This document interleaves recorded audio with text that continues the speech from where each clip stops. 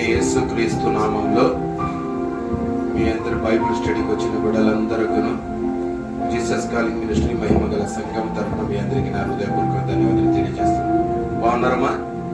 బాగున్నారా? చాలా చక్కగా బైబిల్ స్టడీకు మిమ్మల్ని అందరినీ దేవుడు నడిపించిన విధానం బట్టి నీకు స్వస్త్రములు. మహాజ్ఞానమును నేర్చుకోవడానికి వచ్చారు.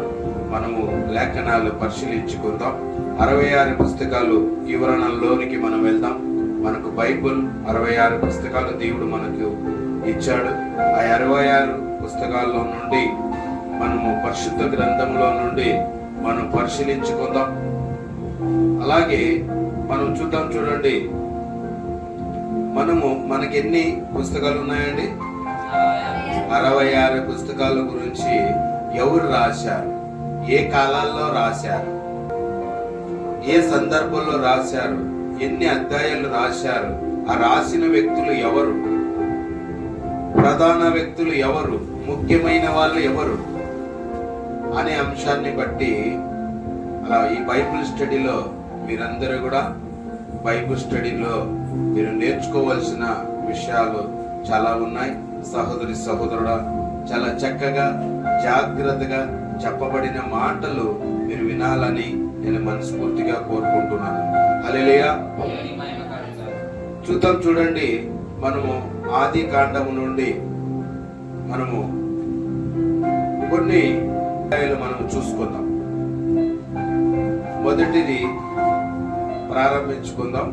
ఆది కాండము మోషే గారు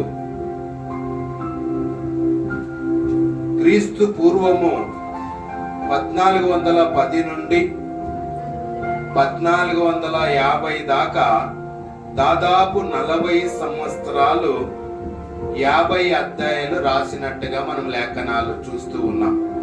ఏంటండి? 50 అధ్యాయాలు మనము మోషే ద్వారా ఆయన 50 అధ్యాయాలు రాసినట్టుగా మనం చూసుకుంటున్నాం.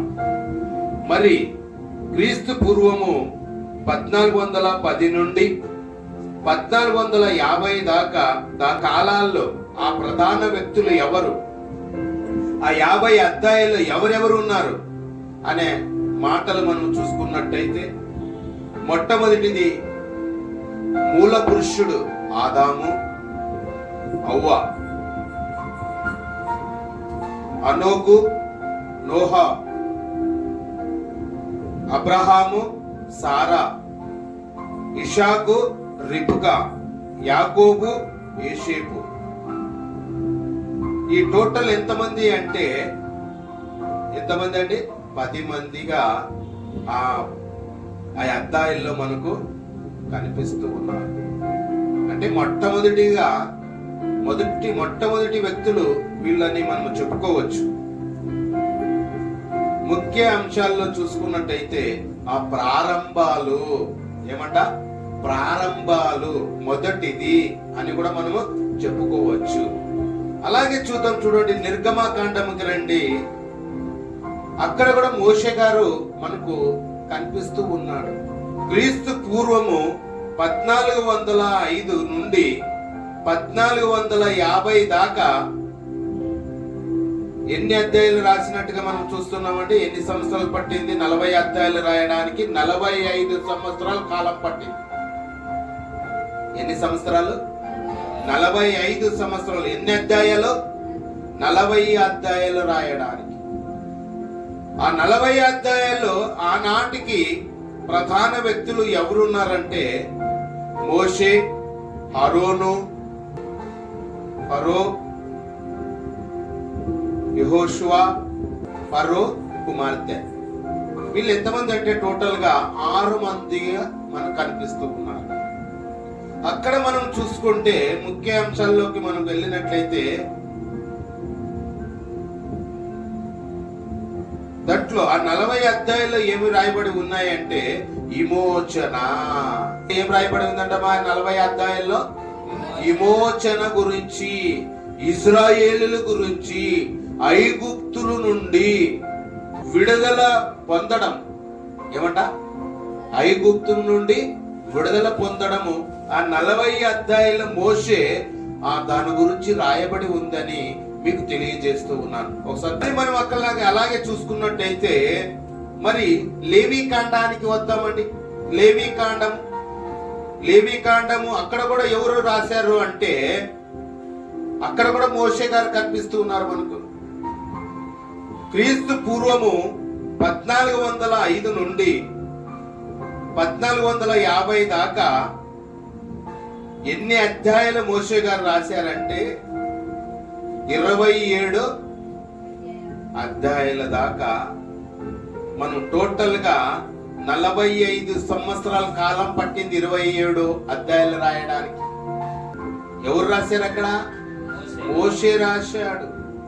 మరి ఆ ప్రధాన వ్యక్తులు ఎంతమంది ఆ 27 అధ్యాయాల్లో మనకు కనిపిస్తున్నారంటే మోషే, అరోను, నాదాబు, అబీహో, ఎలిజరు,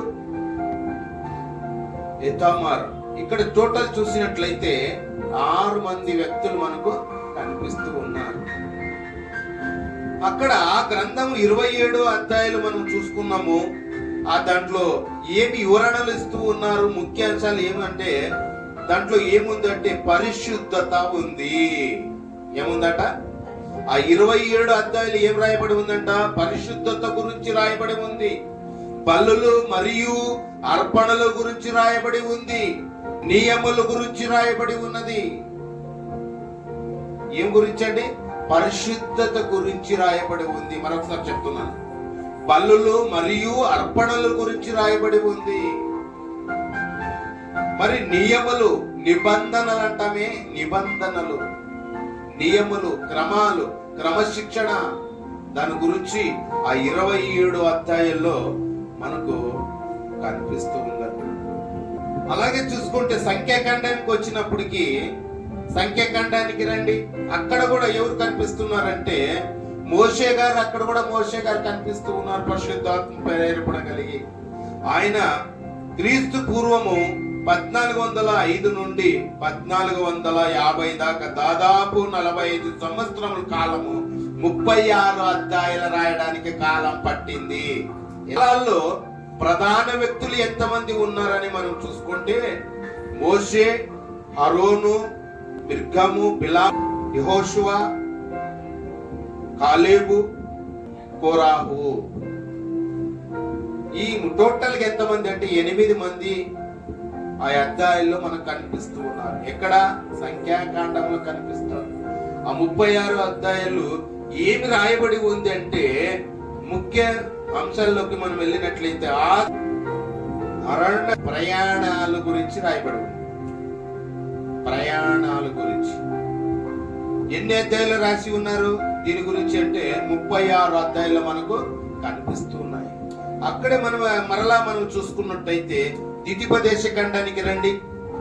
అక్కడ కూడా ఎవరు, మనం క్రీస్తు పూర్వము ఎవరు అక్కడ రాయబడి ఉంది, ఎన్ని అధ్యాయాలు రాశాడని చూసుకున్నట్టయితే కూడా మోషే గారు. ఇక్కడ కూడా మోషే గారు మనం కనిపిస్తూ ఉన్నాడు. క్రీస్తు పూర్వము 1405 నుండి 1450 దాకా దాదాపు 45 సంవత్సరాలు 34 అధ్యాయాలు రాయబడి ఉన్నాయి. ఏంటంట? 34 అధ్యాయాలు. అక్కడ మనము ప్రధాన వ్యక్తులు మనం చూసుకున్నట్టయితే మోషే, యెహోషువ ఇద్దరు మాత్రమే మనకు కనిపిస్తూ ఉన్నారు. ఎంతమంది అంట? ఇద్దరు మాత్రమే మనకు కనిపిస్తూ ఉన్నారు. అలాగే చూసుకున్నట్టయితే ముఖ్య అంశంలోని మనం చూసుకున్నట్టయితే వాళ్ళు చూద్దాం, చూడండి.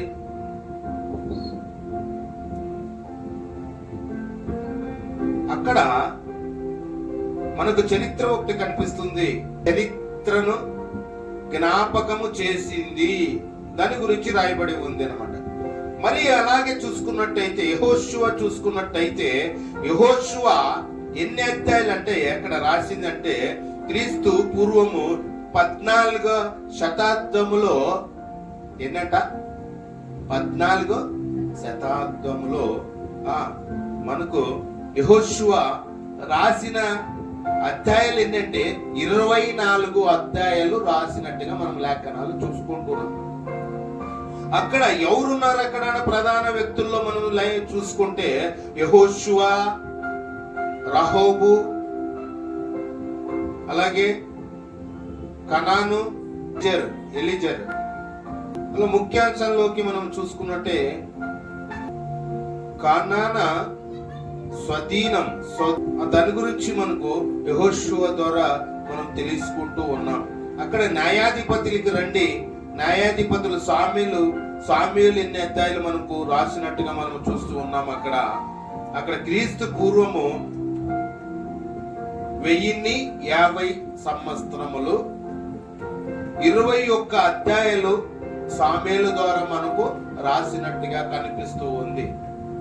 అక్కడ మనం చూసుకున్నట్టయితే మనము ప్రధాన వ్యక్తుల గురించి మనం లేఖనాలు చూసుకుంటే దెబోరా, అబీలేముకు వాగ్దాన దేశములో జరిగిన ఇజ్రాయేలులు గురించి రాయబడి ఉంది.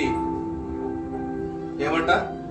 వాగ్దాన దేశములో జరిగిన ఇజ్రాయేలులు చరిత్ర గురించి ఆ 21 గ్రంథములో అధ్యాయాల్లో మనకు రాయబడి ఉంది.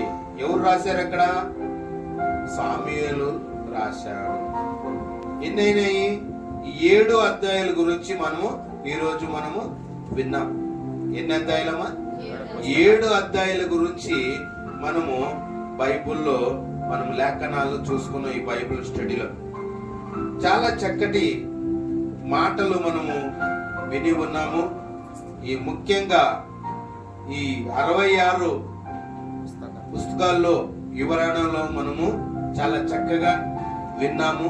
ఈ మాటలు చక్కగా విన్న బిడ్డలు మీరందరూ కూడా మరి ధ్యానించి అలా ఉన్నాయా లేదా లేఖనాలు పరిశీలించి పరిశోధన చేసి ఈ జ్ఞానాన్ని బాగా మీరు నేర్చుకోవాలని, ఎవరికి లేని జ్ఞానం దేవుడు మీకు ఇవ్వబోతూ ఉన్నాడు. సహోదరి సహోదరుడా, చాలా చక్కగా ఒకసారి క్లాప్స్ కొట్టిరు.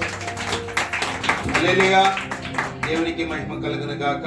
చాలా ఈ వాక్యాన్ని, దేవుడు వాక్యాన్ని దీవించి బలపరచును గాక. నేను ముగిస్తూ ఉన్నాను. వందనాలు.